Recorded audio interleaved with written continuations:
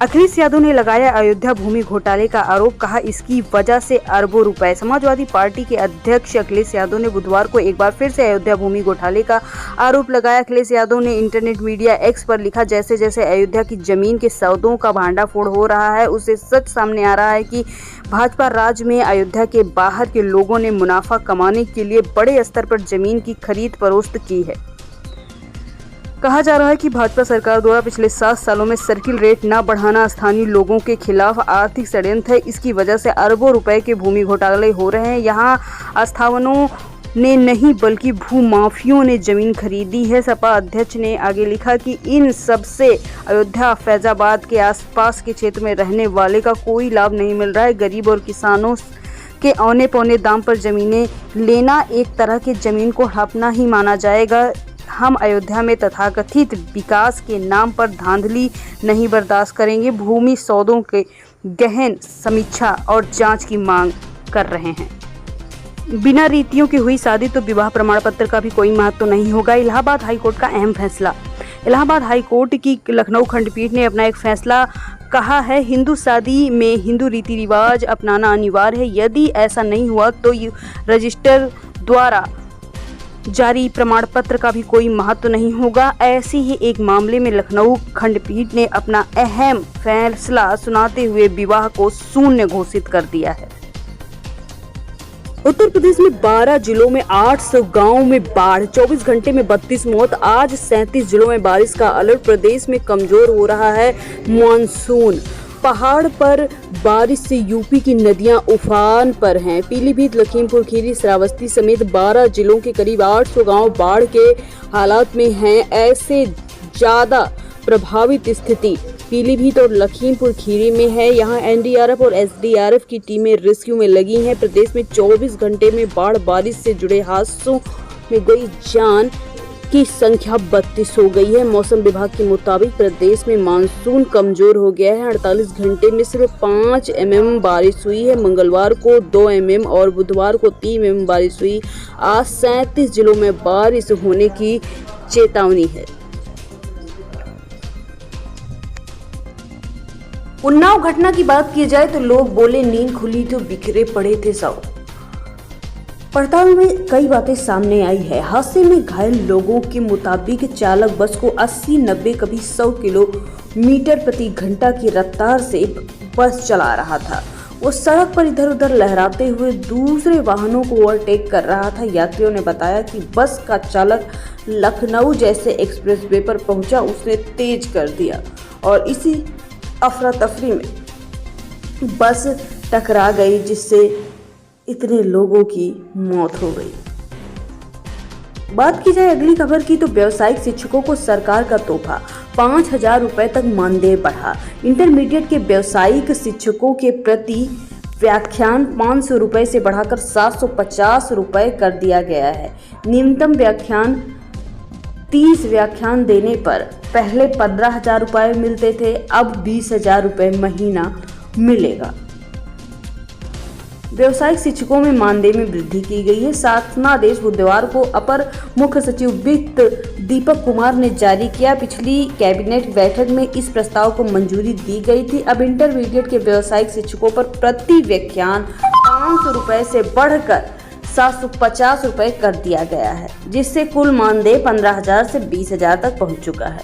PM योगी का बड़ा ऐलान, जल्दी भरे जाएंगे लेखपाल के 4700 और पद, भेजा जाएगा अभियाचन, निकलेगा विज्ञापन। सीएम ने लेखपालों के लिए कहा है कि निवेश की संभावनाओं में आपका सकारात्मक सहयोग मिले। जाति, निवास व आय प्रमाण पत्र के लिए जो समय सीमा तय की गई है, काम उसी में पूरा हो। उत्तर प्रदेश में डिजिटल अटेंडेंस पर सख्ती शुरू। 3 दिन उपस्थिति दर्ज न कराने वाले शिक्षकों के वेतन रोकने के निर्देश। 11 जुलाई को डिजिटल अटेंडेंस न दर्ज कराने वाले शिक्षक कर्मचारियों पर विभागीय अनुशासनात्मक कार्रवाई की जाएगी। उन्नाव के बीसीए ने निर्देश दिए कि शिक्षक कर्मचारियों का डिजिटल उपस्थिति न दर्ज कराने पर विभागीय आदेश की अवहेलना माना जाएगा। बाराबंकी के बेसिक शिक्षा अधिकारी बीएसए ने कहा कि 11 जुलाई से डिजिटल अटेंडेंस न दर्ज कराने वाले शिक्षक कर्मचारियों पर विभागीय अनुशासनात्मक कार्रवाई होगी। यूपी में आने वाले 4 दिनों में प्रदेश में होगी भारी बारिश। कुछ जिलों में अलर्ट भी जारी कर दिया है मौसम विभाग ने। आइए जानते हैं पूरी खबर विस्तार से।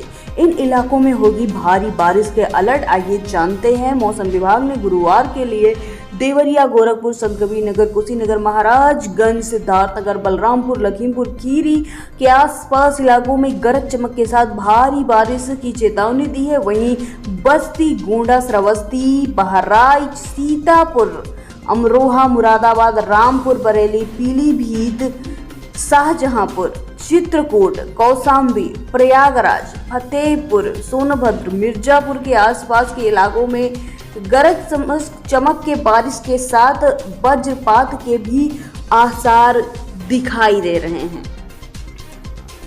बात की जाए कानपुर की तो सिग्नेचर ग्रीन सिटी बस अड्डे का आज होगा शुभारंभ। अयोध्या समेत इन शहरों के लिए चलेंगी बस। सिग्नेचर ग्रीन सिटी बस अड्डे का गुरुवार को शुभारंभ होगा। परिवहन मंत्री पर रोडवेज बसों को हरी झंडी दिखाएंगे।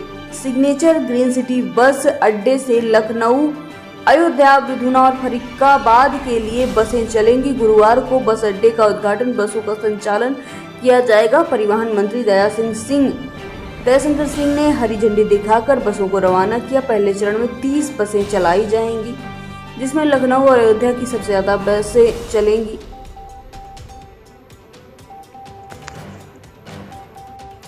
बात की जाए फिरोजाबाद की तो जमीन हड़पने के मामले में एसडीएम और तहसीलदार को निलंबित कर दिया है। संपत्ति की जांच कराने का भी आदेश दिया गया है। सभी पर मुकदमा दर्ज करने के साथ विजिलेंस द्वारा आय के अधिक संपत्ति अर्जित करने की जांच के भी आदेश दिए गए हैं। निलंबित किए गए सभी अधिकारियों पर संदिग्ध आदेश जारी करके भूमि अपने संबंधियों को दिलाने का आरोप।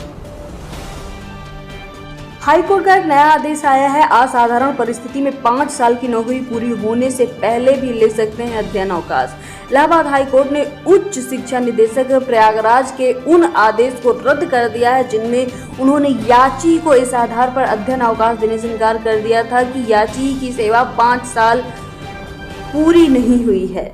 असाधारण परिस्थिति में 5 साल की नौकरी पूरी होने से पहले भी अध्ययन अवकाश लिया जा सकता है। इलाहाबाद हाई कोर्ट ने उच्च शिक्षा निदेशक प्रयागराज के उस आदेश को रद्द कर दिया है जिसमें याची के आधार पर अध्ययन अवकाश देने से इनकार किया जाता था। उत्तर प्रदेश में 100 करोड़ रुपए से अधिक की ठगी करने वाले आरोपी नागपुर से गिरफ्तार। यूपी एसटीएफ ने दबोचा। बरेली में कंपनी का दफ्तर खोलकर लोगों से करोड़ों रुपए की ठगी करने वाले आरोपी ज्ञानेश पाठक को गिरफ्तार कर लिया गया है। यूपी एसटीएफ ने उसे नागपुर में दबोचा। उस पर 25,000 रुपए का इनाम भी घोषित किया गया था। बरेली के किला व कोतवाली क्षेत्र में दफ्तर खोलकर सैकड़ों लोगों से करोड़ों रुपए की ठगी करने वाला आरोपी प्रयागराज निवासी ज्ञानेश पाठक को एसटीएफ ने महाराष्ट्र के नागपुर में गिरफ्तार किया है।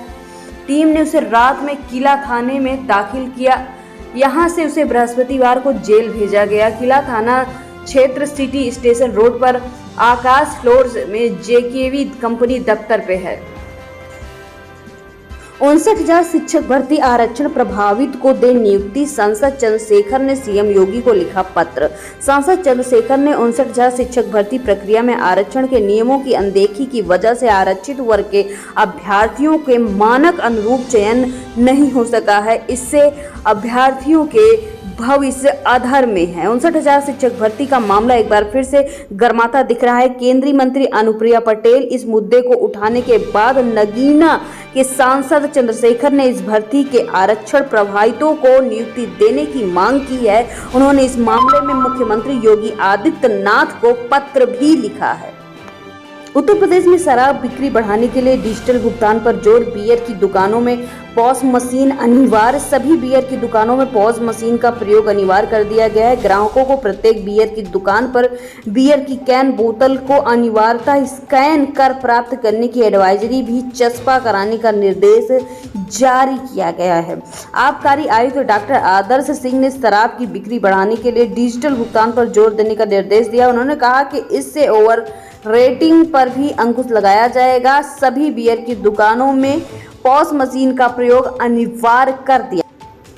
उत्तर प्रदेश में 10 पीसीएस अफसरों के तबादले, 10 अपर पुलिस अधीक्षकों का हुआ स्थानांतरण। यूपी में बुधवार को 10 अपर पुलिस अधीक्षकों के तबादले कर दिए गए हैं। बुधवार को इनकी सूची भी जारी कर दी गई है। डीजीपी मुख्यालय में बुधवार को 10 अपर पुलिस अधीक्षक यानी कि एएसपी का तबादला कर दिया गया है। प्रयागराज में पीएसी की 4थी वाहिनी में तैनात उप सेना नायक प्रवीण सिंह चौहान को कुंभ मेला में एएसपी बनाया गया। मेरठ के एएसपी क्राइम अमित को पीएसी प्रयागराज भेजा गया है। गोरखपुर में विशेष सुरक्षा बल की 2री वाहिनी में तैनात अवनीश कुमार को मेरठ के एएसपी क्राइम में भेजा गया है। इसी तरह सबको कहीं न कहीं भेजा गया है।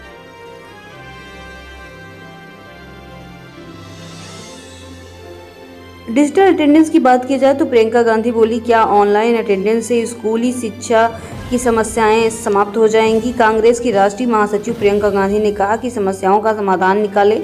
अब व्यावहारिक आदेश जारी करना शिक्षकों को भावनात्मक और मानसिकता पर चोट पहुंचाना है। सपा अध्यक्ष अखिलेश यादव, नगीना के सांसद चंद्रशेखर आजाद के बाद कांग्रेस के राष्ट्रीय महासचिव प्रियंका गांधी ने भी डिजिटल अटेंडेंस को लेकर शिक्षकों का समर्थन किया है। प्रियंका ने फेसबुक पर लिखा, प्रदेश के शिक्षक ऑनलाइन अटेंडेंस का विरोध कर रहे हैं। उनका तर्क जायज है। ज्यादातर स्कूल ग्रामीण इलाकों में है, इनकी दिक्कत पर ध्यान नहीं रखा गया।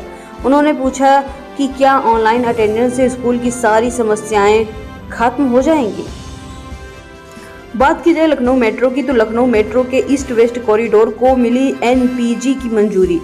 5081 करोड़ रुपए होंगे खर्च। चारबाग के वसंत कुंज तक प्रस्तावित ईस्ट वेस्ट कॉरिडोर की कुल मार्ग लंबाई 11.165 किलोमीटर होगी। इसमें एलिवेटेड लंबाई 4.286 किलोमीटर होगी, जबकि भूमिगत लंबाई 6.879 किलोमीटर होगी।